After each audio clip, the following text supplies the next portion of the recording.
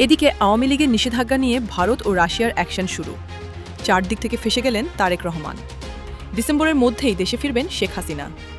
নিজের জালে নিজেই আটক জামায়াত ইসলাম। রাশিয়া এবং ভারত এমন পরিস্থিতি তৈরি করবে যাতে আওয়ামী লীগকে শুধু ফিরতে দেওয়াই নয়, তাদের সক্রিয় এবং ভোটের রাজনীতি করতে দিতেই হবে। শিরিন শারমিনকে গ্রেপ্তারের মাধ্যমে হয়তো সেই প্রক্রিয়া চালু হয়ে গেল। আওয়ামী লীগের জন্য গর্ত খুঁড়তে গিয়ে জেনে অথবা না জেনে নিজেদের জন্যই শুধু গর্ত খুঁড়ল, তাই নয়, তারা নিজেরা সেই গর্তে পড়েও গেল।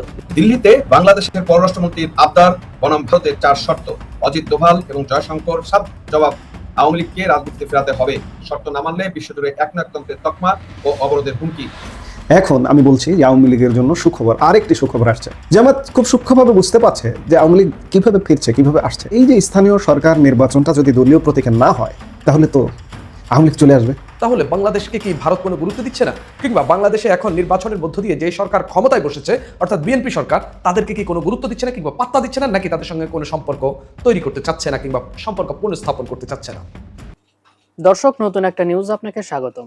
দর্শক, সংসদে আইন পাশ হওয়ার মাধ্যমে আওয়ামী লীগকে নিষিদ্ধ করার পরও কিছুতেই এই আওয়ামী লীগ নামক দলটিকে ঠেকানো যাচ্ছে না। ইতিমধ্যেই শোনা যাচ্ছে ভারতে ডক্টর খলিলুর রহমানকে ভারত 4টি শর্ত দিয়েছেন।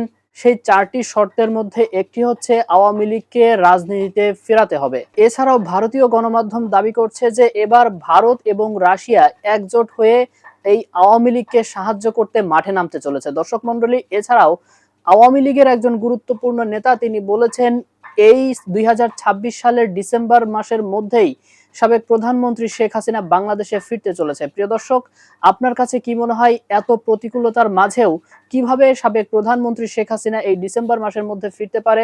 দর্শক, আপনি কি মনে করছেন সত্যি সত্যি ফিরতে পারবেন কিনা তা অবশ্যই কমেন্ট করে জানিয়ে দিন। এছাড়াও দর্শক, ভিডিওর শুরুতেই আরো যে গুরুত্বপূর্ণ ভিডিওর অংশগুলো দেখেছেন তার বিস্তারিত আলোচনা একটু পরেই দেখতে চলেছেন। তো দর্শক, আর দেরি না করে চলুন দেখে আসবো আজকে সেই কাঙ্ক্ষিত ভিডিওগুলো। তবে তার আগে বলবো, যারা প্রতিনিয়ত আপডেট খবর দেখতে চান তাহলে অবশ্যই আমাদের চ্যানেলটি সাবস্ক্রাইব করে পাশে থাকা বেল আইকনটি ক্লিক করে দিন। আর যারা ইতিমধ্যেই চ্যানেলটি সাবস্ক্রাইব করে রেখেছেন তাদেরকে অসংখ্য ধন্যবাদ। তো চলুন দর্শক, ভিডিওটিতে একটি লাইক দিয়ে আমরা ধারাবাহিকভাবে সবগুলো ভিডিওর আলোচনা দেখে আসি। রাশিয়া এবং ভারত এমন পরিস্থিতি তৈরি করবে যাতে আওয়ামী লীগকে শুধু ফিরতে দেওয়াই নয়, তাদের সক্রিয় এবং ভোটের রাজনীতি করতে দিতেই হবে।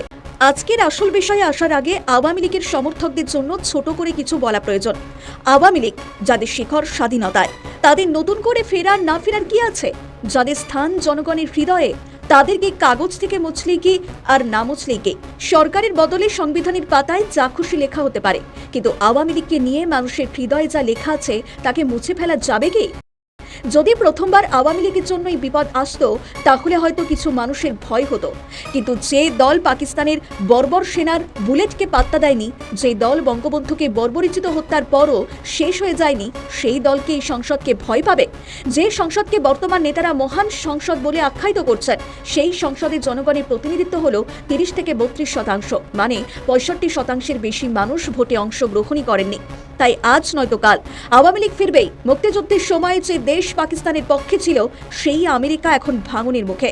যুদ্ধ চলাকালীন যে দেশের সেনাপ্রধানদের সরিয়ে দিতে হয় এবং সেনা অফিসাররা এই যুদ্ধের বিরোধিতা করে জনসমক্ষে মুখ খুলে জেলে যায়, সেই দেশ যে যুদ্ধের ময়দানে হারার আগেই নিজের ঘরেই হেরে গেছে তার বলার অপেক্ষা রাখে না। ফলে রাশিয়া এবং ভারত এমন পরিস্থিতি তৈরি করবে যাতে আওয়ামী লীগকে শুধু ফিরতে দেওয়াই নয়, তাদের সক্রিয় এবং ভোটের রাজনীতি করতে দিতেই হবে। শিরিন শারমিনকে গ্রেপ্তারের মাধ্যমে হয়তো সেই প্রক্রিয়া চালু হয়ে গেল। আগামী দিনে যিনি সর্বজন গ্রাহ্য হিসাবে যিনি আওয়ামী লীগকে হাল ধরবেন, তাকে তো মানুষের কাছে পরিচয় করিয়ে দিতেই হবে। এই মুহূর্তে আওয়ামী লীগের এমন নেতা যার বিরুদ্ধে কোনোদিন কোনো অভিযোগের প্রশ্নই ওঠে না, তাকে দেশের মানুষের সঙ্গে পরিচয় করাতে হলে গ্রেপ্তার করে আলোচনার কেন্দ্রবিন্দুতে আনা ছাড়া আর ভালো উপায় কি হতে পারে? এই নিয়ে পরে বিস্তারিত আলোচনা করা যাবে। এবার আসি আজকের বিষয়ে। ইউনূসের সময় সরকার চালাতো জামায়াত, মানে সামনে ইউনূস সাহেব থাকলেও আসলে পিছনে ছিল জামায়াত শিবির। কিন্তু তারাই আওয়ামী লীগের জন্য গর্ত খুঁড়তে গিয়ে জেনে অথবা না জেনে নিজেদের জন্যই শুধু গর্ত খুঁড়ল, তাই নয়, তারা নিজেরা সেই গর্তে পড়েও গেল। বিষয়টি হলো সংসদের জামুকা সংশোধনে বিল পাশ হয়ে গেছে, যেখানে জামায়াতের আপত্তি থাকলেও না বুঝেই সমর্থন করেছে এনসিপি। যেহেতু দুর্বল ছাত্র, এই জন্য কিছুই বুঝতে পারি না। এখন উপরে হাত তুলবো না নিচে নামাবো এটাও বুঝতে পারি।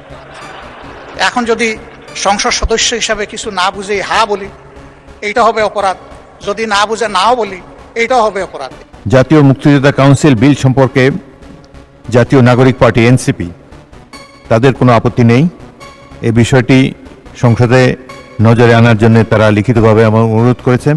মুক্তিযুদ্ধের সময় পাকিস্তানি বাহিনী দেশীয় সহযোগীদের তালিকায় তৎকালীন মুসলিম লীগ, জামায়াত ইসলামী এবং নিজামে ইসলামী পার্টির নাম বহাল রেখে জাতীয় মুক্তিযোদ্ধা কাউন্সিল আইন সংশোধনের বিল জাতীয় সংসদে পাশ হয়েছে। এতে বিরোধী দলীয় নেতা এবং জামায়াত ইসলামীর আমির শফিকুর রহমান আপত্তি তুললেও জাতীয় নাগরিক পার্টি লিখিতভাবে স্পিকারকে জানিয়েছে বিলটি নিয়ে তাদের কোনো আপত্তি নেই। বৃহস্পতিবার স্পিকার হাফিজউদ্দিন আহমেদের সভাপতিত্বে সংসদে মুক্তিযুদ্ধ বিষয়ক মন্ত্রী আহমেদ আজম খান জাতীয় মুক্তিযোদ্ধা কাউন্সিল সংশোধন বিল 2026 অবিলম্বে বিবেচনার প্রস্তাব তোলেন। পরে কণ্ঠ ভোটে তা গৃহীত হয়।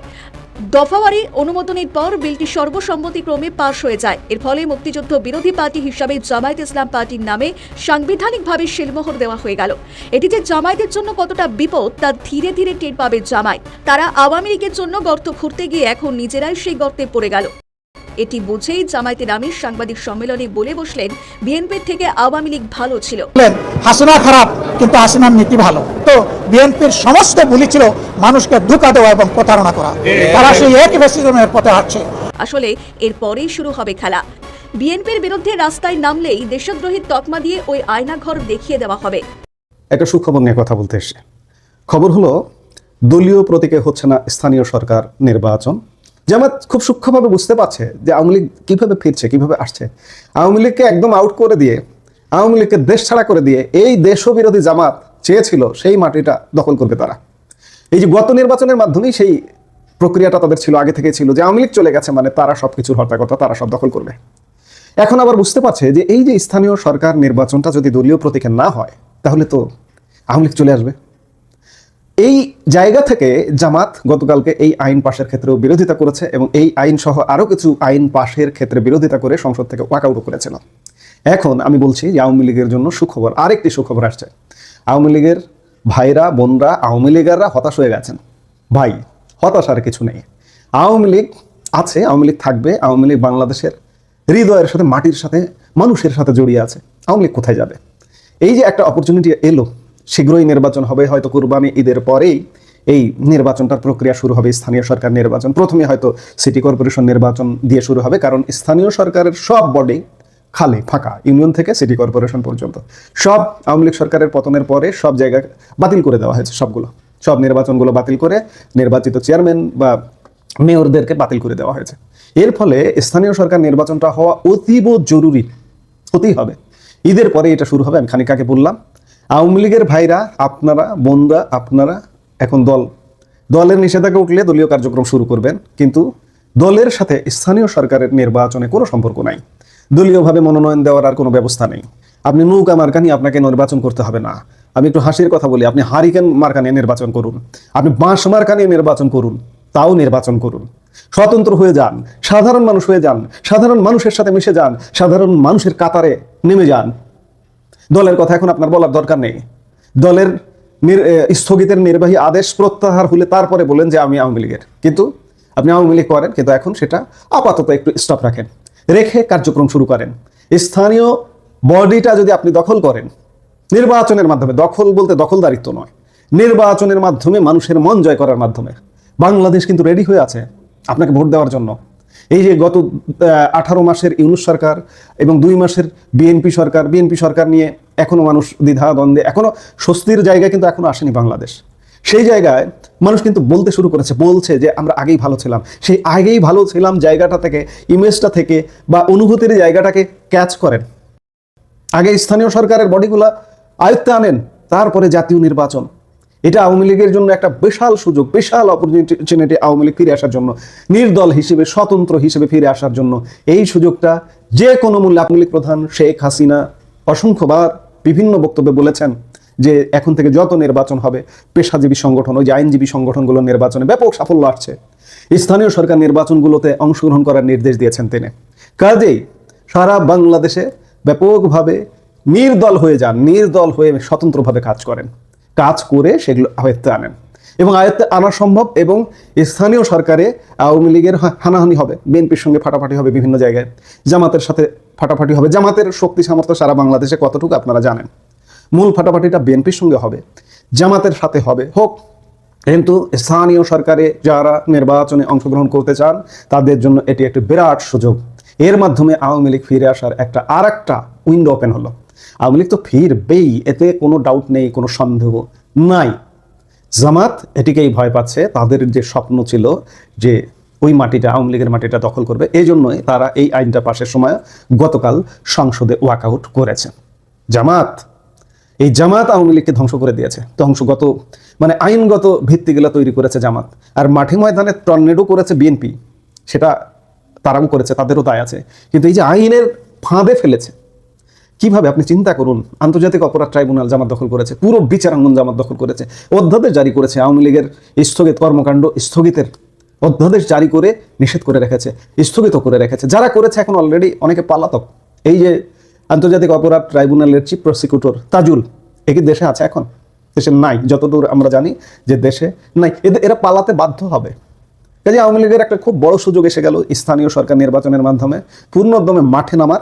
এখনই সময়, মাঝখানে মাত্র 2 মাস হয়তো সময় পাবেন, 2 থেকে 3 মাস সময় পাবেন। এই 3 মাসটা কাজে লাগানো একান্ত জরুরি, নিশ্চয়ই আপনারা কাজে লাগাবেন। দিল্লিতে বাংলাদেশের পররাষ্ট্রমন্ত্রীর আবদার বনাম ভারতের 4 শর্ত। শেখ হাসিনাকে কি আদৌ ফেরত দেবে মোদী সরকার? অজিত দোভাল এবং জয়শঙ্কর সব জবাব। আওয়ামী লীগকে রাজনীতিতে ফেরাতে হবে। তিস্তার চীনের প্রবেশ নিষেধ, বিনিময় মিলবে চাল ডাল তেল। শর্ত না মানলে বিশ্বজুড়ে একনায়কতন্ত্রের তকমা ও অবরোধের হুমকি। ভারতের বেইমানি নাকি দূরদর্শিতা? তারেক রহমানের সরকারের ভবিষ্যৎ আসলে কি? দর্শক, বাংলাদেশের পররাষ্ট্রমন্ত্রী খলিলুর রহমান এক বিশাল আবদারের ঝুলি নিয়ে দিল্লির দরবারে হাজির হয়েছিলেন। একদিকে তিনি দাবি করেছেন শেখ হাসিনার প্রত্যাবর্তন, অন্যদিকে ভারতের কাছে চাল, গম, তেল আর গঙ্গা চুক্তির নবানীকরণের ভিক্ষা করছেন। কিন্তু দিল্লি কি আগের মতো কেবলই দিয়ে যাবে?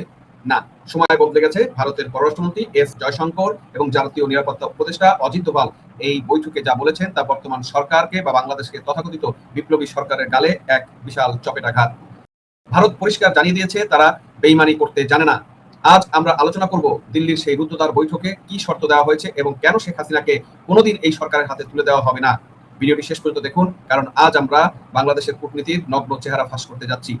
দর্শক, খলিলুর রহমানের সফরের প্রধান এজেন্ডা ছিল শেখ হাসিনাকে ফিরিয়ে আনা, কিন্তু অজিত দোভাল সাহেব কি জবাব দিয়েছে তা শুনলে আপনার মাথা ঘুরে যাবে।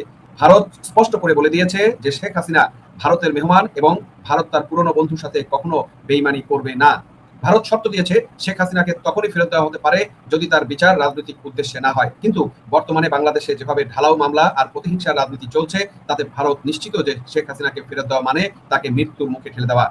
জয়শঙ্কর সাহেব স্পষ্ট ভাষায় জানিয়ে দিয়েছেন রাজনৈতিক বিচারে হাসিনাকে কোনোদিন ফেরত দেওয়া হবে না। অর্থাৎ যারা শেখ হাসিনাকে এনে ফাঁসি দেওয়ার স্বপ্ন দেখছেন, তাদের সেই স্বপ্ন দিল্লি আজ জল ঢেলে দিয়েছে। উল্টো ভারতের দাবি করেছে আওয়ামী লীগকে আবার রাজনীতির মূল স্রোতে ফেরাতে হবে। দর্শক, এই ব্যাপারে যে সংবাদটি আছে আমরা একটু আপনাকে দেখাই আসি বা আপনাদের দেখিয়ে আসি, সেটা এখানে কি বলেছে আমরা যদি একটু আপনাদেরকে দেখাই। দিল্লি সফরে খলিলুর রহমান ভারতের 4 শর্তে ঝুলছে তিস্তা ও ট্রানজিট, এবং যে শর্তগুলোর কথা আপনাদেরকে আমরা বলছিলাম সেই কথাটাই এখানে বলা হয়েছে। পররাষ্ট্রমন্ত্রী খলিলুর রহমানের ভারত সফরে শেখ হাসিনার প্রত্যাবর্তন নিয়ে জ্বর, ভারতের করা 4 শর্ত, তিস্তায় চীন বর্জন থেকে আওয়ামী লীগকে রাজনীতিতে ফেরানোর দাবি। বাংলাদেশের মধ্যকার কূটনীতিক প্রতিবেদন নয়াদিল্লি। বাংলাদেশের এবং ভারতের মধ্যকার দ্বিপক্ষিক সম্পর্কের এক অত্যন্ত সংবেদনশীল মোড় দেখল বিশ্ব। বাংলাদেশের বর্তমান সরকারের পররাষ্ট্রমন্ত্রী খলিলুর রহমানের একগুচ্ছ দাবি ও প্রত্যাশা নিয়ে দিল্লি সফরে গিয়ে ভারতের শীর্ষ নীতি নির্ধারকদের মুখে হয়েছেন। ভারতের জাতীয় নিরাপত্তা উপদেষ্টা অজিত দোভাল এবং পররাষ্ট্রমন্ত্রী এস জয়শঙ্করের সাথে অনুষ্ঠিত সেই বৈঠকে স্পষ্ট হয়ে উঠেছে ভারত এখন আর কেবল দেওয়ার নীতিতে বিশ্বাসী নয়, বরং বিনিময়ে কঠোর শর্ত আদায়ের কৌশল নিয়েছে। হাসিনা প্রত্যাবর্তন ইস্যু, ভারত বেইমানি না করার ঘোষণা। বৈঠকের শুরুতে বাংলাদেশের পক্ষ থেকে সাবেক প্রধানমন্ত্রী শেখ হাসিনাকে ফেরত দেওয়ার আনুষ্ঠানিক দাবি জানানো হয়, তবে এ বিষয়ে ভারতের অবস্থান ছিল পাথরের মতো অনড়। অজিত দোভাল এবং জয়শঙ্কর দুজনই স্পষ্ট করে দিয়েছেন শেখ হাসিনা ভারতের দীর্ঘদিনের পরীক্ষিত বন্ধু, আর ভারত তার বন্ধুর সাথে বেইমানি করবে না। দিল্লির পক্ষ থেকে সাফ জানানো হয়েছে যদি শেখ হাসিনার বিচার রাজনৈতিক প্রতিহিংসার পরিবর্তে কেবল আইনি প্রক্রিয়ায় এবং নিরপেক্ষভাবে হয়, তবে প্রত্যাবর্তনটি বিষয়ে ভাবা যেতে পারে। অন্যথায় রাজনৈতিক কারণে তাকে বিচার মুখোমুখি করলে ভারত কোনোভাবেই তাকে বাংলাদেশের হাতে তুলে দেবে না। আওয়ামী লীগের রাজনৈতিক বৈধতা এবং দলটির অস্তিত্বের প্রশ্নে ভারত কোনো আপোষ করতে রাজি নয়, এই বার্তাটি ছিল অত্যন্ত জোরালো। ভারতের কঠোর 4 শর্ত, বিনিময়ে কি চায় দিল্লি? দর্শক, এই শর্তগুলো যেগুলো আছে, তিস্তা প্রকল্পে চীনকে না করতে হবে, উত্তর পূর্ব ভারতের নিরাপত্তার বিষয়ে বাংলাদেশকে এনশিওর করতে হবে এবং আওয়ামী লীগকে মূল ধারার রাজনীতিতে ফেরাতে হবে, সংখ্যালঘু নিরাপত্তা বিষয় নিশ্চিত করতে হবে। এই 4টা শর্ত মোটামুটি ভারত কিন্তু আমাদেরকে দিয়েছে। সহযোগিতা বনাম একনায়কতন্ত্র যে তকমা আসছে, ভারতের কঠোর বৈঠকে ভারত কঠোর হুঁশিয়ারি দিয়েছে যে এই শর্তগুলো না মানলে ভারত সব ধরনের খাদ্য জ্বালানি সহায়তা দিতে প্রস্তুত, মানলে কিন্তু শর্ত লঙ্ঘন করলে কেবল সাহায্য বন্ধই হবে না, বরং আন্তর্জাতিক অঙ্গনে বাংলাদেশকে একটি একনায়কতান্ত্রিক রাষ্ট্র হিসেবে প্রতিষ্ঠিত করার কূটনীতিক প্রচেষ্টা চালাবে ভারত। এতে বিশ্বব্যাংক, IMF এবং অন্যান্য আন্তর্জাতিক সংস্থা থেকে বাংলাদেশের সুবিধা পাওয়া কঠিন হয়ে উঠতে পারে। ভারত এখন আর একতরফা সাহায্য নয়, বরং পারস্পরিক স্বার্থ রক্ষার নীতিতে বিশ্বাসী। তিনি বুঝিয়ে দিয়েছে যে তারা সব ধরনের পরিস্থিতির জন্য প্রস্তুত। দর্শক, এই যে আলোচনা বা এই যে ঘটনাটা আপনারা দেখলেন এবং যে শর্তগুলো দেখলেন, আমরা যদি এখানে স্পষ্ট করি, ভারত এখন আর কেবল দেওয়ার শর্তে বিশ্বাস নেই, ভারত এখন আদায় করার পক্ষে। আমরা দেখেছি সেই ইউনূসের সময় কিন্তু দেখে দিয়ে গেছে, তারেকের সময় দিয়ে যাচ্ছে, এবং ভারত কিন্তু সব ধরনের সহযোগিতা, বাংলাদেশের মানুষ যাতে না খেয়ে মারা যায় সেই জন্য কিন্তু সব ধরনের সহযোগিতা, এবং চাল ডাল হতে শুরু করে খাদ্যপণ্য, তেল, সবকিছু কিন্তু সহযোগিতা ভারত করে যাচ্ছে, এবং সেটা কিন্তু আমরা দেখছি। এখন ভারতের সেই সহযোগিতা ছাড়া বাংলাদেশ কিন্তু চলতে পারতেছে না, সেই কারণে এই খলিলুর রহমানের আজকে সেখানে গিয়ে এই ধরনের আবদার করতে হচ্ছে। তাহলে যে শর্তগুলো পররাষ্ট্রমন্ত্রী খলিলুর রহমান চাল ডাল আর তেলের জন্য অনুরোধ করলেন, তখন ভারত এই যে 4টি শর্ত দিল, সেটা যদি আমরা একটা বিস্তারিত যাই, শর্ত নম্বর 1, তিস্তা এবং চীন। তিস্তা বাঁধ প্রকল্পে কোনোভাবেই চীনের সাহায্য নেওয়া যাবে না। চীন সেখানে বিনিয়োগ করলে ভারত তার নিরাপত্তা নিয়ে আপোষ করবে না, ভারত নিজেই সেখানে বিনিয়োগ করবে। শর্ত 2, উত্তর পূর্ব ভারতের নিরাপত্তা। বাংলাদেশের মাটি ব্যবহার করে ভারতের উত্তর পূর্ব অঞ্চল 7 সিস্টার কোনো জঙ্গি তৎপরতা চালাতে দেওয়া যাবে না, যা অতীতে বিএনপি শাসনের আমলে হয়েছিল। শর্ত নম্বর 3, আওয়ামী লীগের বৈধতা। আওয়ামী লীগের রাজনীতি ফেরাতে হবে এবং ভারত মনে করে আওয়ামী লীগ না থাকে বাংলাদেশে কট্টরপন্থীতে জয় জয়কার হবে, যা ভারতের নিরাপত্তার জন্য হুমকি। 4 নম্বর শর্ত ছিল সংখ্যালঘু সুরক্ষা। বাংলাদেশের হিন্দু সংখ্যালঘুদের উপর নির্যাতন বন্ধ করতে হবে এবং তাদের নিরাপত্তার পূর্ণ গ্যারান্টি দিতে হবে। ভারত সাফ জানিয়ে দিয়েছে এই শর্তগুলো মানলে সব রকম সহযোগিতা মিলবে, আর না মানলে কোনো সাহায্য তো পাবেই না, বরং বিশ্বমঞ্চে বাংলাদেশকে একটি একনায়কতান্ত্রিক রাষ্ট্র হিসেবে প্রতিষ্ঠা করে সমস্ত সুযোগ সুবিধা বন্ধ করার ব্যবস্থা করবে দিল্লি। তাহলে আমরা কোথায় দাঁড়িয়ে রয়েছি দর্শক, সেটা আপনারা ভাবেন। অজিত দোভাল এবং জয়শঙ্কর দুজনেই মনে করেন বাংলাদেশ আওয়ামী লীগের অনুপস্থিতি মানে হলো তালেবানি বা কট্টরপন্থী শক্তির উত্থান। ভারতের এই আশঙ্কা অমূলক নয়। যখনই দেশের ভারসাম্য নষ্ট হয় তখন উগ্রবাদী গোষ্ঠীগুলো মাথাচাড়া দিয়ে ওঠে। তিস্তায় চীনের বিনিয়োগ কেন ভারত মানবে না? কারণ চীন যদি সেখানে প্রবেশ করে তবে ভারতের শিলিগুড়ি করিডোর বা চিকেন নেক সরাসরি হুমকির মুখে পড়বে। ভারত তার নিরাপত্তা বলায় কোনো শত্রুকে বরদাস্ত করবে না। খলিলুর রহমান কি বুঝছেন যে তিনি কার সাথে ডিল করতে এসেছেন? ভারত এখন দাতা সংস্থা নয়, ভারত এখন দক্ষিণ এশিয়ার বিগ ব্রাদার, যারা নিজেদের স্বার্থ আদায় বিন্দুমাত্র ছাড় দেয় না। একজন রাজনৈতিক বিশ্লেষক হিসেবে আমি বলতে চাই, বাংলাদেশের বর্তমান সরকার আজ চরম সংকটে। একদিকে দেশের মানুষ ক্ষুধার্ত, তেলের জন্য হাহাকার, মুদ্রাস্ফীতি, অন্যদিকে দিল্লির এই কঠোর অবস্থান। কুকুরের লেজ যেমন সোজা হয় না, তেমনি সরকারও হয়তো ভারতের বিরোধিতা করে নিজেদের বিপদ ডেকে আনবে। ভারত পরিষ্কার বার্তা দিয়েছে, যদি তোমরা আমাদের বন্ধু হতে চাও তবে আমাদের শর্ত মানতে হবে। বেইমানি ভারত করবে না, কিন্তু ভারত এখন আদায় করতে জানে। খলিলুর রহমান কি পারবেন এই 4 শর্ত মেনে নিয়ে দেশে ফিরতে, নাকি দেশে ফিরে আবারও ভারত বিদ্বেষী রাজনীতি করে দেশকে একনায়কত্বের দিকে ঠেলে দিবেন? দর্শক, মনে রাখবেন, বিশ্বজুড়ে যদি বাংলাদেশ বিচ্ছিন্ন হয়ে যায় তবে এর মাসুল দিতে হবে সাধারণ মানুষকে। পরিশেষে আজকে একটা বড় প্রশ্ন, ভারতের কি এই সরকারকে সাহায্য করা উচিত? বিশ্লেষক হিসেবে আমি বলবো, ভারত তার সব ধরনের পরিস্থিতির জন্য প্রস্তুত। যদি বাংলাদেশ শর্ত মানে তবে দক্ষিণ এশিয়া শান্তি ফিরবে, আর যদি না মানে তবে ভারত একাই এই অঞ্চল নিয়ন্ত্রণ নেওয়ার ক্ষমতা রাখে। এবং আমি মনে করি যদি আওয়ামী লীগকে ফেরানো না হয় তাহলে এই অঞ্চলে আরেকটি যুদ্ধ অবস্থা বা আরেকটি গৃহযুদ্ধ বা অস্থিতিশীলতা খুব অবশ্যভাবী, এবং সেটা অতি সন্নিকটে। কারণ আইনের শাসন যদি প্রতিষ্ঠিত না হয় এবং একটি দলের রাজনৈতিক নেতাকর্মীরা তাদের যদি মৌলিক স্বাধীনতা না পায়, মৌলিক অধিকার না পায়, সেক্ষেত্রে প্রতিরোধ করা ছাড়া তাদের আর কোনো পথ থাকবে না, এবং সেক্ষেত্রে দেশ হবে অস্থিতিশীল এবং দেশ একটি যুদ্ধমুক্ত অবস্থার মধ্যে পড়ে যাবে।